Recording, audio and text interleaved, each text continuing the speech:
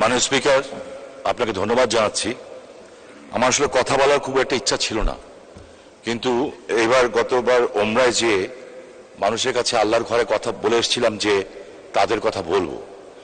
আমরা আমাদের যারা বিদেশ থেকে টাকা পাঠান, আমরা তাদেরকে রেমিটেন্স যোদ্ধা বলি।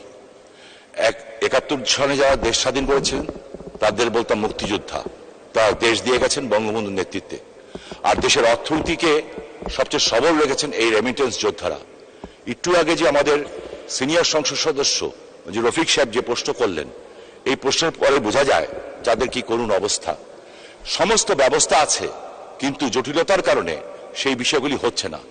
আমার প্রবাসী কল্যাণ মন্ত্রণালয়ের কাছে আমার বিনীত অনুরোধ থাকবে এবং জিজ্ঞাসা থাকবে, এই লোকগুলি যখন হাড় ভাঙা পরিশ্রম করে 40-50 ডিগ্রি সেলসিয়াস বিশেষ করে মিডল ইস্টে কাজ করে, তারপরে সে টাকা পাঠায় এবং আমরা দেশে ভালো অবস্থায় থাকি, তাদের পরিবারও ভালো অবস্থায় থাকে।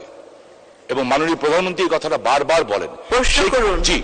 সেইখানে তারা যখন দেশে ফিরে, বিশেষ করে এয়ারপোর্টে তাদেরকে যেভাবে হ্যাস্তন্যস্ত করা হয়, আমার কাছে মনে হয় যে সেটা বন্ধ হওয়া উচিত। এবং এই মন্ত্রণালয় থেকে নির্দিষ্ট ভলেন্টিয়ার সৃষ্টি করে তারা যাতে একজন ভিআইপি হিসাবে এই দেশে প্রবেশ করতে পারে, সম্মান নিয়ে প্রবেশ করতে পারে, সেই বিষয়ে কোনো ব্যবস্থা গ্রহণ করবেন কিনা, করলে কবে নাগাদ করবেন?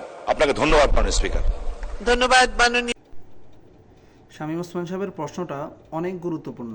হ্যাঁ, কেননা প্রবাসীরা সবচেয়ে বড় হয়রানির শিকার হয় এয়ারপোর্টের মধ্যে। মেজর যে সমস্যাগুলোর মধ্যে আছে এটা হচ্ছে তার মধ্যে একটা। চলুন আমরা প্রবাসী কল্যাণ সংস্থার মন্ত্রী ওনার থেকে এর উত্তরটা শুনে আসি, উনি কি বলেন এই ব্যাপারে। এই ব্যাপারে আমাদের মন্ত্রণালয়ের পদক্ষেপ নেওয়া হয়েছে।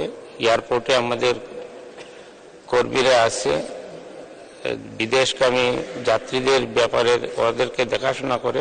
তবে জনবলের সীমাবদ্ধতা আছে, যে কারণে হয়তো সঠিকভাবে দেখাশোনা হচ্ছে না। তবে ইতিপূর্বে আমি বিমানমন্ত্রী মহোদয়কে বলেছি যে আমরা এয়ারপোর্টে একটা মিটিং করব এবং সেখানে কাস্টমস, ইমিগ্রেশন এবং সিভিল এভিয়েশন ওনাদেরকে নিয়ে আমরা একটি মিটিং করব এবং সেখানে সমস্যাগুলোর সমাধানের লক্ষ্যে আমরা কাজ করব। আপনাকে ধন্যবাদ।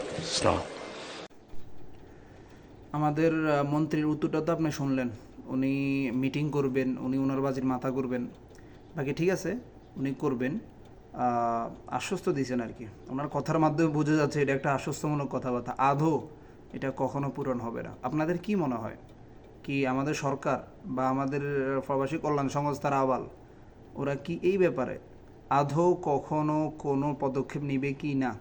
কমেন্ট করে অবশ্যই জানাবেন। ধন্যবাদ।